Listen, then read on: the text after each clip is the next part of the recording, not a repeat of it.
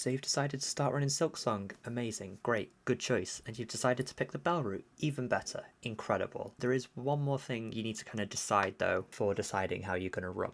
And that's going to be the patch of the game that you're going to run on. And you might be thinking, well, why would that be important? I can just run on the latest patch for bell route, right? I mean, you can, it's great. But some things to consider is the fact that with newer patches of the games, it's going to fix things, it's going to change things. You're going to lose access to things like Trobio Skip, or Trobio Skippant, I should say, or one of my personal favourite things in this game, Sawtooth Circlet. And the only way to get access to these specific skips or Sawtooth Circlet is by downpatching to older versions of the game. Specifically, I'm going to mainly be talking about version 28650 and 28714. But again, you don't need to downpatch the game. That's just specifically for some of the extra stuff I'm going to talk about later on. And I'll go, more into detail when we get to those segments. The next thing that's probably the most important thing to mention is the language that you run your game in. If you're not concerned about being a top runner, you don't really need to care about the language of your game, but if you're interested in becoming a top runner, don't run your game in English. When you're practicing, obviously, maybe run it in English so you know what's going on, but you're going to head to options, head to game, and you're just going to hit left twice to change it to simplified Chinese. This just makes the text go so much faster than English. But from this point, you should be pretty ready to go. We're just going to start up a new run. I'm going to skip through the cutscenes. And obviously at the very start of the game, you're going to need to bind as Hornet. But instead of, mashing bind constantly whilst you're waiting for her to get up, you can actually sort of wait for about 17 seconds on your timer before you need to start mashing it. So I'm just going to wait get to about 17.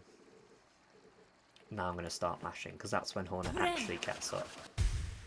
So the first thing I'm going to talk about is early game movement. This is probably going to be covered in every other guide you'll see. First thing you're going to do when you're moving around is, walking is slow. This is really, really slow. We don't have dash yet, we don't have any form of movement really, but what you might notice is that when you do a down pogo, Hornet gets jolted forward ever so slightly. See how the camera sort of jolts forwards a little bit? You go a little bit faster. So we're going to take advantage of the fact that this is a little bit faster, and you can either just do this when you're doing it in the air to get around a bit quicker, or something that's even faster is pogo lag cancelling.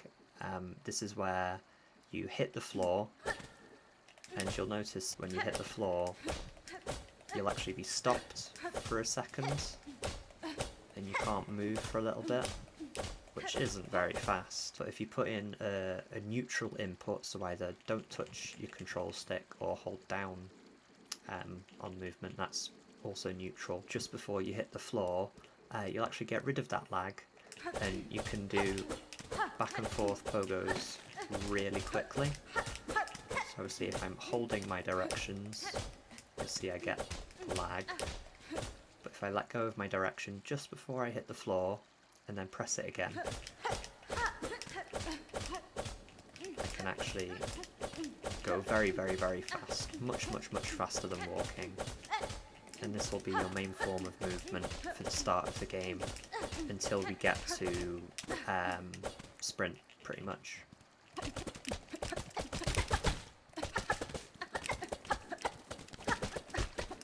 And then once we get to this sort of section of Moss Grotto, there is a skip, because usually what you'll have to do is go all the way up these platforms and then all the way around, and it's quite slow. But what we like to do is we take advantage of, again, that pogo movement.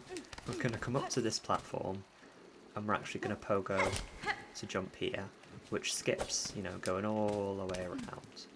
So again, come up to this platform, pogo off it, and you can grab the ledge here to skip a nice little chunk of platforming. The next sort of speedrunning trick is in this room here, is once you hit the slowness trigger, which is around about here, just a little bit further than here, Hornet will be stuck in a slowness cutscene. To cut off as much of it as possible, we're just going to do an air pogo at around about this point, just to the left of that stalactite in the ceiling, and that's just going to cut off a couple of seconds of the cutscene.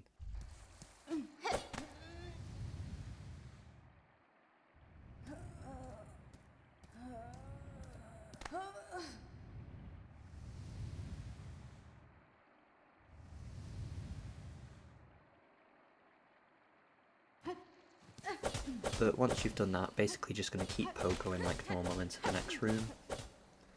Keep on neutral pogoing. And then we're going to bounce off this guy. You can take the path on the left. It's a little bit easier, but a little bit slower. So we're just going to show the path on the right instead. Going to pogo off that guy and just head up and around on our way to Moss Mother.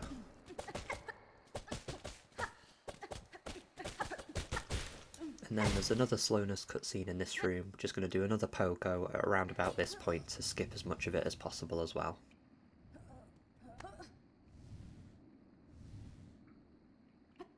So now we're entering into Moss Mother. There's a couple of little tricks that you can do to make the fight go faster.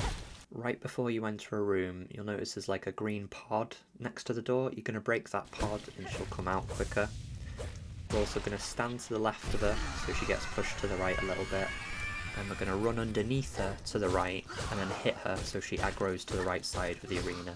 Then you're just going to hit her over and over and over. You can get underneath her to get a few hits in. Going to take a hit so that she stays on the right side of the arena, because obviously if she swings all the way down to the left, you're going to be wasting time running over there chasing her. Then we're just going to have another slowness cutscene. Not really anything you can do about this one, just push through it. Then we'll have some dialogue with the chapel maid. She talks a lot, so we're just going to mash through it as fast as possible.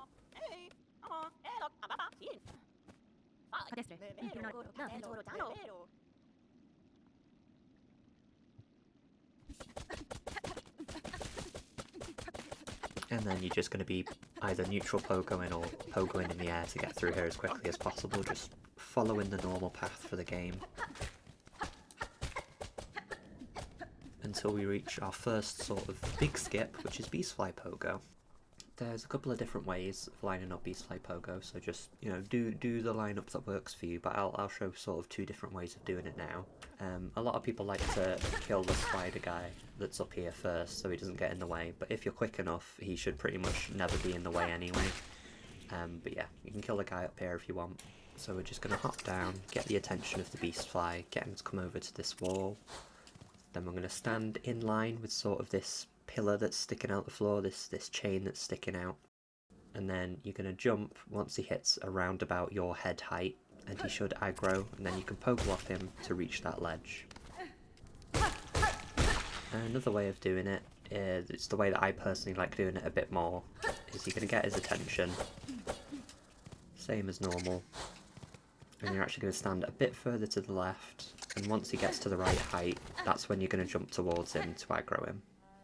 And again, here's just a couple more variants of it that are each a little bit different in their own way. It's more just you need to find a setup that's going to work for you personally, whether that's standing by the chain fence, whether that's standing a bit further to left, whether you jump straight up, whether you jump towards him. Just find what works for you, that's consistent for you.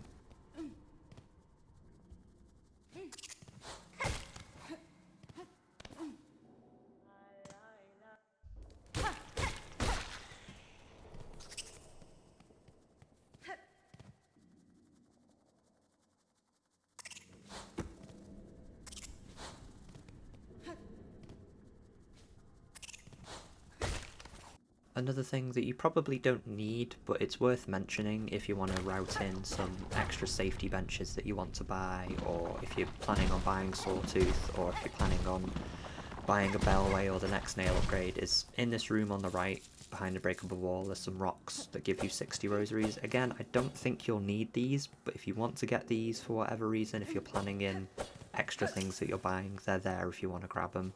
I will show other better ways of getting rosaries as the run goes on, but you know, those ones are there if you want to quickly grab them.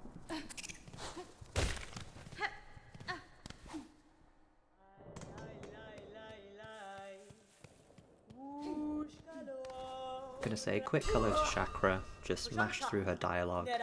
Gonna be pressing bind to get out of her shop really quickly, and then mashing through the rest of her dialogue, and then carrying on our path. Once you get to this room, you're going to pogo off this first spitter enemy to get up top. Then when we jump, we're going to hit that attack mid-air, and again we're just pogoing across. Again, to the right here, there's even more rosaries. I wouldn't recommend getting these though, just because they're out of the way and there's not many of them. But again, if you want them, they're there. One of the biggest rosary amounts in the game you can get here is behind this breakable wall on the left. There's a Choral Commandment that we can sell for 180 rosaries later on. This will probably only be worth it, grabbing that if you're planning on getting a nail upgrade or, again, sawtooth. But that's there if you want it for even more rosaries. And then we reach Archie Skip. Archie Skip is pretty basic. Just going to stand sort of in the middle of this platform. You're going to taunt to get him to pay attention. And then when he dashes at you, you dash to the right and pogo off him to the left. So just to show that again. Taunt, he aggroes, I jump over here, I jump back and hit him. Taunt, he aggroes at me, jump across, jump back, pogo. Quite an easy skip, and it saves you going all the way around doing some extra platforming. Now we can just grab Silk Spear. Gonna mash through the text. Gonna bind to actually get the ability.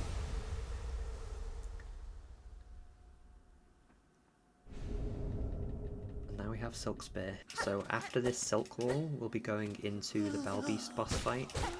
And something that's really important, in order to get the skip on the boss fight, you need to be entering it with at least 8 silk. Oh, well, I guess minimum 7 silk, but ideally you're going to be going in there with 8 silk. So after you've hit this wall, you can see right now I only have, how much is that, 5?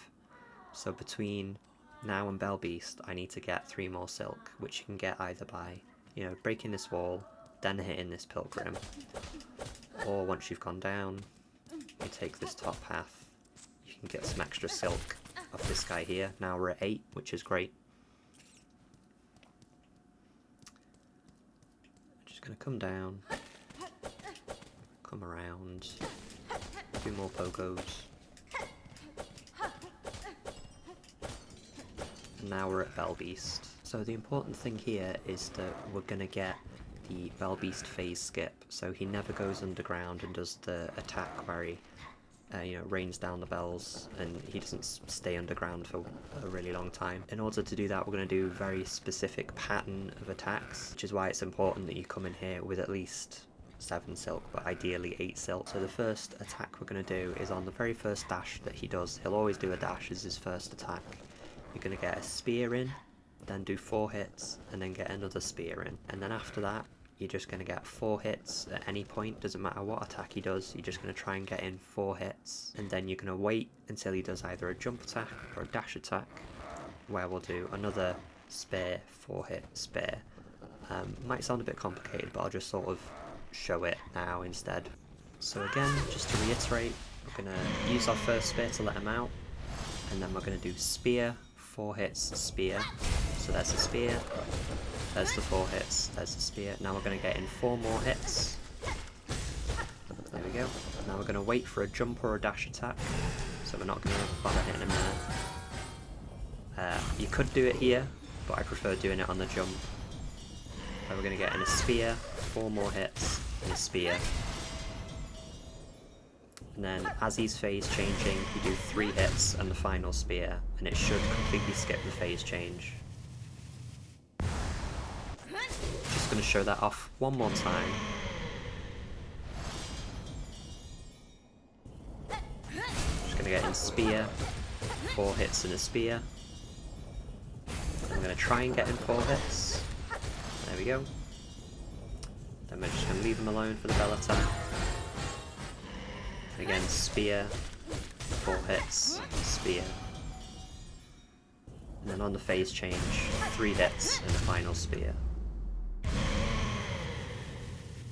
Now obviously Bell Beast isn't going to do the exact same attack pattern every single time that you go and fight him. He's going to have different attack patterns.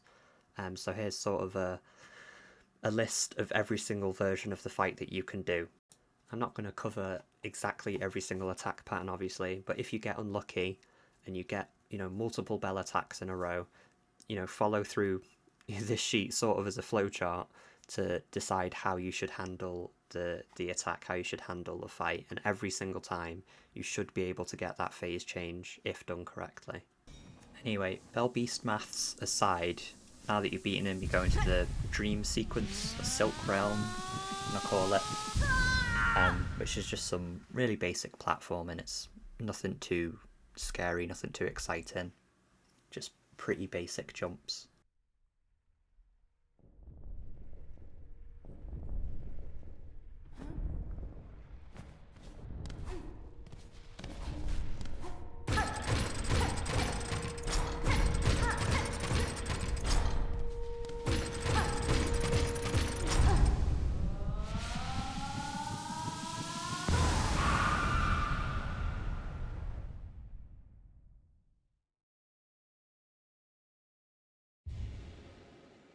And then once you've collected the silk heart, we're just gonna save quit to the main menu.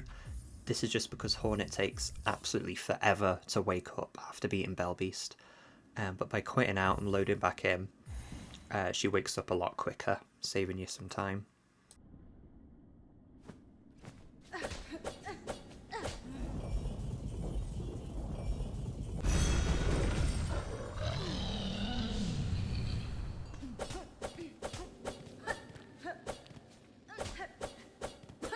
And this right here is actually the first of the 5 bells we're going to need to ring for the bell route. So that's our very first one done. We're just going to leave and re-enter to skip the animation. And you're just going to keep on pogoing through pretty much every room. This one has this room has a pretty fun cycle that you can do if you perfectly pogo. Don't do what I do and fall in the spikes, but it's just, you know, pogoing across the platforms, over the spiders, pogoing at the top of your jumps there.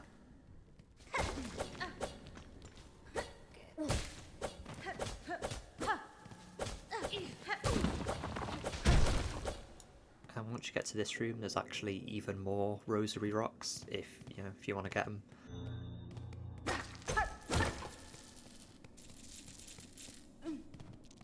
Another thing in this room is if you head down to this little right area here, you can grab the straight pins from the area where you get Grindel out of his cell. There's also a bench to immediately equip the straight pins if you want them. Again, this isn't something I'd recommend you'd grab, but if it's something you'd like, you know, for like practicing runs, or maybe you're not interested in the leaderboards, you just want to give a run a go, you know, these are not too far out the way to grab. But otherwise, if you're doing this room normally, what you can do is you can drop down, tap right a little bit, pogo twice to get past that rock. So again, you're literally just going to tap right a little bit and then pogo twice. That's it. Nice and clean, get past it easy. And then again, it's just some normal pogo movement through these rooms. It's all pretty basic. I like to pogo off this guy. I don't think it's faster, I don't know if it's faster, I just find it fun to pogo off him. And then this is just a straight room of nothing but pogos. You get a bit of a different one at the end there, but again, it's all very samey. And then in this next room we have Flinstone pogo, which is a pogo that a lot of people hate. This guy just doesn't like to cooperate sometimes, but this is kind of what it looks like. So to kind of explain in more detail, we get this guy's attention as we platform up this area. We go all the way to the right to bring him to the right, then we go across the platform to the left, and once he's sort of under the edge of that platform there, you can pogo on him. It's more of a vibe-based skip, to be honest. There's some setups you can do that might feel more consistent, but in my opinion it's kind of just, you gotta vibe it out, if he's the right distance away or not.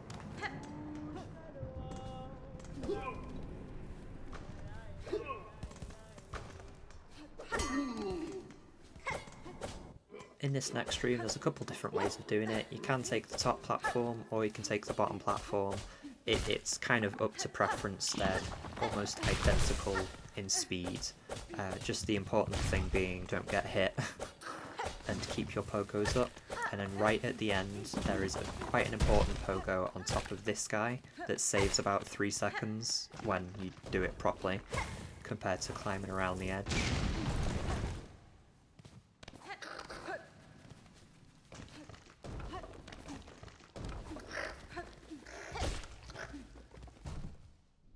And And now we're entering the Hunter's March Ant Arena. There's a couple of different ways of doing this. Since it's a fairly simple arena, there's a few different setups you can do.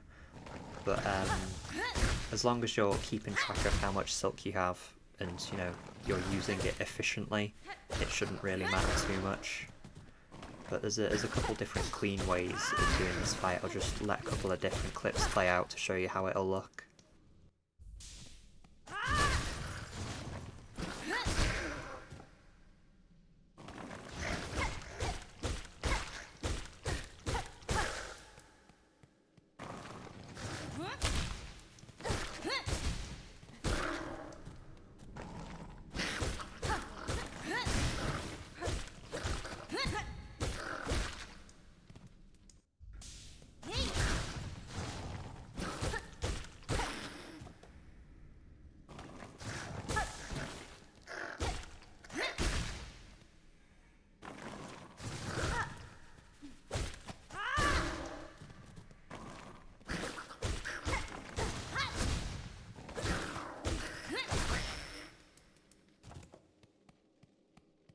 But once you finish that arena, you have some clean movement in this next room with one pogo there, one pogo, a bit of a delay, and then a second pogo.